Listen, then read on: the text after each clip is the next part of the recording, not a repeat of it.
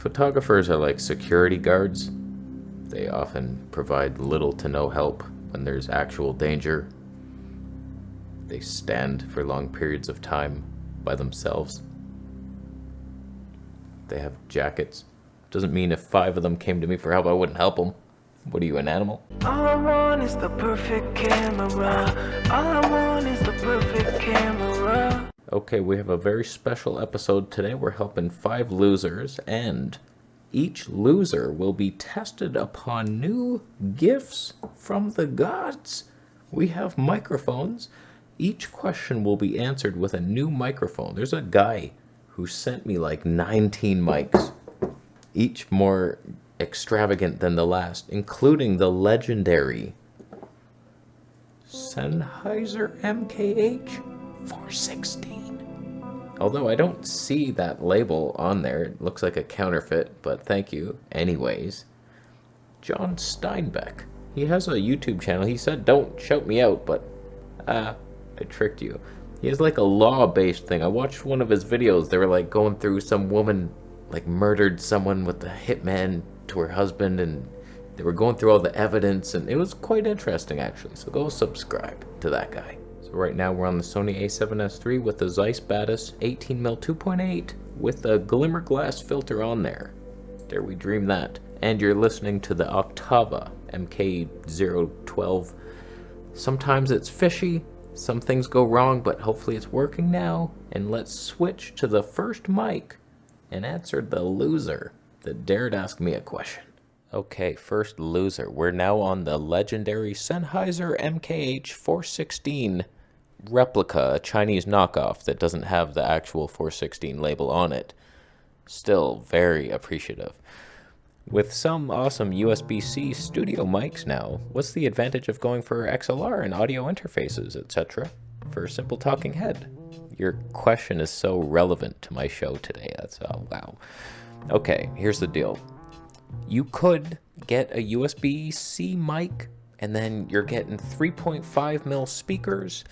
You could live like that. I did that for a long time. And yeah, of course, but the advantage of XLR mics is all the classic mics like this and others, they don't come in USB versions. So like you have much more choice and better XLR technology.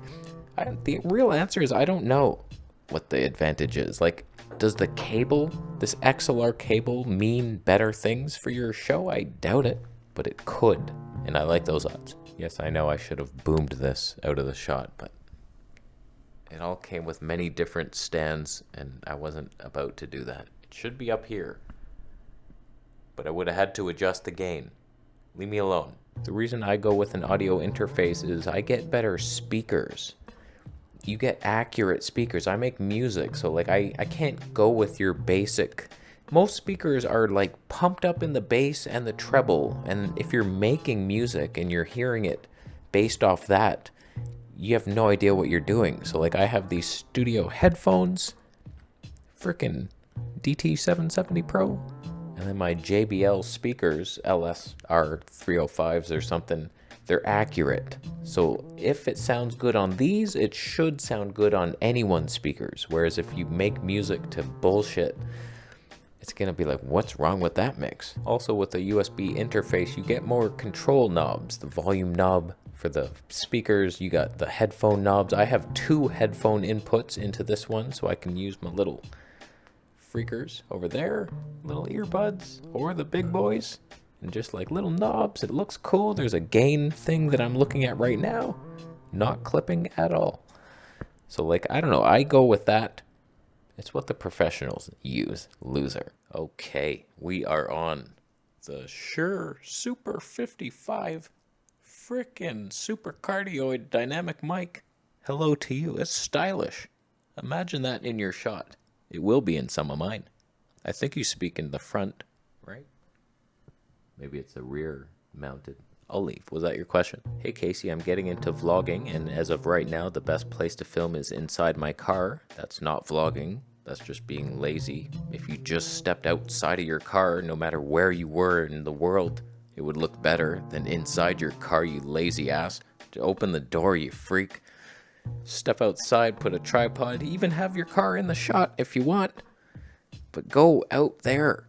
Show me the opposite direction of your car. I hate people who vlog in cars. Just like, hey, here we are on my way to somewhere. I'm spending gasoline. Spending. I said it.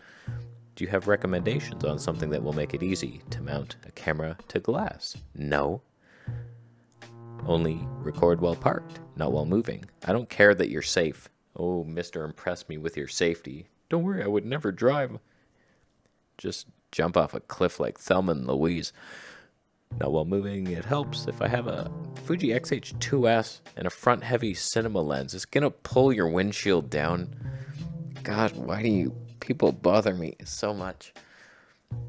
On a side note, how do you feel? No, we'll get to that after. So you're overkill, man. You get a DJI Action 4 or a GoPro 12, you get a little suction cup mount, you're done. Inside your loser car, instead of stepping out, oh, it's too cold, oh, there's black flies. Just brave the flies, you piece of shit. Did I clip? How's the microphone? Yeah, like, X-H2S would be such overkill. Could you even get a strong enough suction mount? Is your dashboard curved? Can you put a tripod on it? Step outside the car. On a side note, how do you feel about the filter, Black Pro Mist, and the diffuse soft look, so popular right now? It's not about being popular, it's just about removing the sharpness and edge. Like, I have it on right now. Sony is disgusting. It's a digital look, pixel noise, all kinds of artifacts. You put that on, it's like, oh, okay. That's why I hate the DJI Action 4 so much, because there's no cage. I'm talking with a DJI rep right now. Whole story for another day. Don't even look at me right now. So diffusion filters, of course. I have a glimmer glass on there right now. Can they be overdone? Of course. But you see that light? It somewhat blooms, respectively. Let me take it off, actually. Let me show you. Disgusting. Now the light is like harsher. My face is sharper. Did I just get some new zits? Probably. It's bullshit, man. I find the diffusion, especially on action cams, if something's like almost clipping, the diffusion like makes it glow and it doesn't look bad anymore. So like even your clipped highlights look magical. So good. So of course you get a Black Pro Mist or a Glimmer Glass. There's a bunch of different ones. Philip Bloom's Golden Bloom. Dare you dream that? I was so disgusted by filming without a Glimmer Glass filter on a Zeiss that I had to switch to Canon just to redeem my face. We're now on the Rode Pod mic and the Canon EOS R with the 24mm with no Glimmer Glass. Usually I'm Glimmer Glassing with this one, but I'll save that for the next guy. You don't deserve it. Who are you? I want to get full frame used camera for $200 to $300 on KEH. Go see if Northrop has a discount code for you. Simply, mostly talking head and used lens or lenses. Prime's better, of course. How much? $100? Is that the budget for your prime lens? What should I go for? What telephoto length can I get away with? God. $200 to $300, you're looking at like a Canon 5D Mark II, and then you can't see yourself. Have fun with that, but you're full frame, and you blurred the background. Your show's so amazing. Can I sub to you twice? I will, because that means I left you. If it was me, you're like looking at the cheapest, I would think Canon 6D Mark II. At least you got a flippy screen. I could do this whole thing on that. This basically is that. It's only slightly better. You could find one pretty cheap, I think. But you got your dual pixel autofocus. That helps. How higher the better? Can I blot the background? Full head and shoulders. Room is large, but the computer faces the wall, and I need to read notes. Oh man, you teleprompting piece of shit. 5 to 6 feet of space. Okay, listen. No, you can't do a 70 plus. If you're filming yourself, I've been over this many times. I've made videos testing all the focal lengths indoors. It depends. It sounds like you don't have a ton of room, but you have a large space. Maybe consider rearranging your place. But the ideal focal length is up to you. You can have 15 mil and be super fun. It's fun and wide and goofy.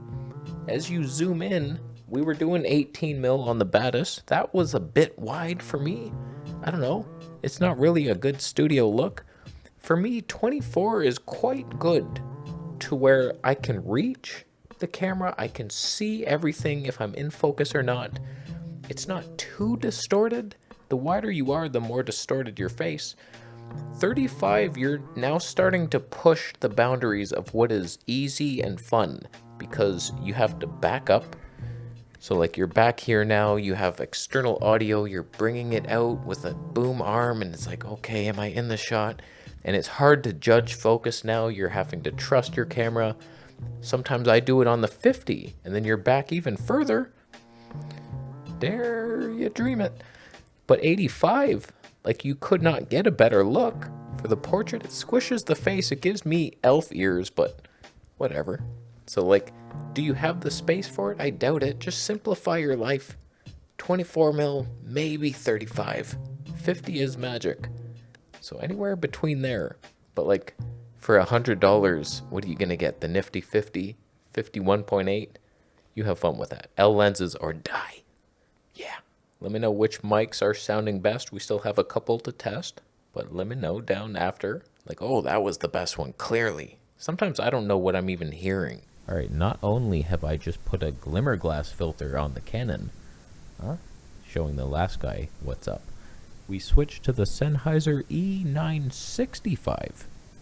I have the E935.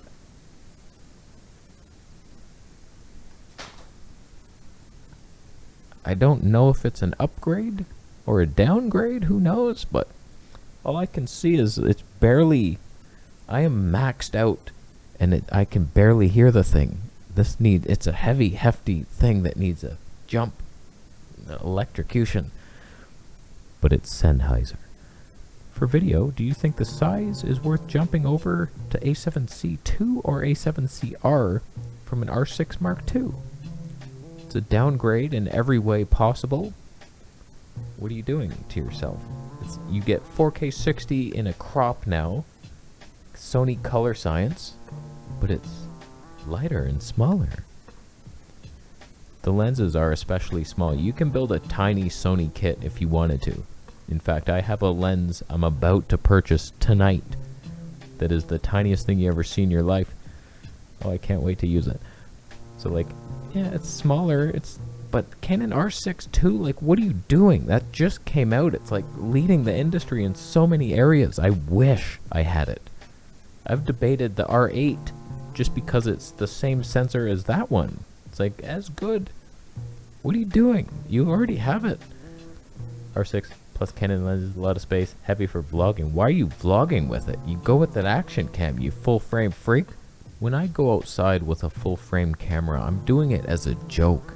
I'm not even being serious. If I had to actually go somewhere and travel, it would be action cam. What are you doing? Like, yeah, it's nice, but like you saw when I vlogged with this setup, the Zeiss, how shaky it was. I was so disappointed with that. I was like, wow, the look was phenomenal. Don't get me wrong. Even Tony 4 was too blurry. I'm gonna do another vlog at Tony 8. I'm gonna laugh at how sharp and amazing it is, the 3D pop. But like, man, it's so heavy and stupid. It's fun to do the mirrorless thing, but you should have got the Canon R8 because it's lighter. That's what you should be debating, not switching systems. And then you get a light lens, 24mm 1.8 with the Canon R8, digital stab, super extended out. That would be magic. I would love to try that one day.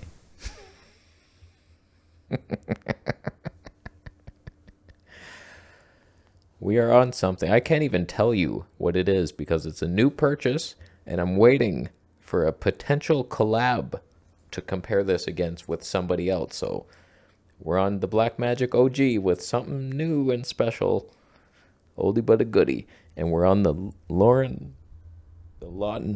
Audio LS 208, one of my favorite mics.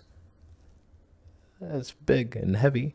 Was that your question? All right, last question here. Hey, Casey, with cameras getting worse over time instead of better, is there any better beginning vlog setup than a used ZV1 Mark I?